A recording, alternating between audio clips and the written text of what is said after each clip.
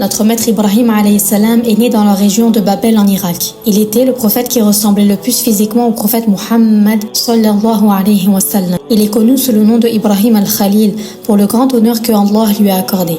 Et il cultivait la terre. C'était un homme très intelligent, très beau et connu pour sa grande générosité. Il parlait l'hébreu et le syriaque. Dieu insuffle la foi et l'islam à tous les prophètes depuis leur jeune âge. Le prophète Ibrahim alayhi salam n'a jamais vendu d'idole. Les prophètes sont préservés de la mécréance, de leur naissance jusqu'à leur mort. Ils n'ont jamais adoré autre que Allah. Et les prophètes ne mentent pas. Il avait 2 enfants, Ismaïl et Ishaq. Allah a révélé au prophète Ibrahim alayhi salam 10 livrets et il lui a donné de nombreux miracles éclatants pour prouver sa véracité. Après avoir détruit les idoles, Namrud, qui prétendait la divinité, a voulu débattre avec le prophète Ibrahim alayhi salam. Le prophète a expliqué que Dieu est le seul créateur. Il est celui qui fait vivre et celui qui fait mourir. Mais Namrud, qui était faible d'esprit, n'a pas compris ce que cela signifiait réellement. Alors il a fait venir 2 condamnés à mort. Il en a fait exécuter un et il a dit voilà, je suis celui qui donne la mort. Et il a libéré l'autre et il a dit moi aussi je fais vivre. Alors notre maître Ibrahim alayhi salam, qui était extrêmement intelligent comme tous les prophètes, lui a donné immédiatement un argument. Il a dit que Dieu est celui qui fait que le soleil se lève à l'est et qu'il se couche à l'ouest. Et il lui a demandé de faire que le soleil se lève à l'ouest. Mais il en a été incapable. Namrud et son peuple étaient tellement en colère qu'ils ont voulu se venger de lui. Ils ont choisi l'un des plus rudes châtiments, à savoir le brûler vif. Ils se sont mis à ramasser du bois en grande quantité qu'ils jetaient dans une grande tranchée, puis ils l'ont enflammé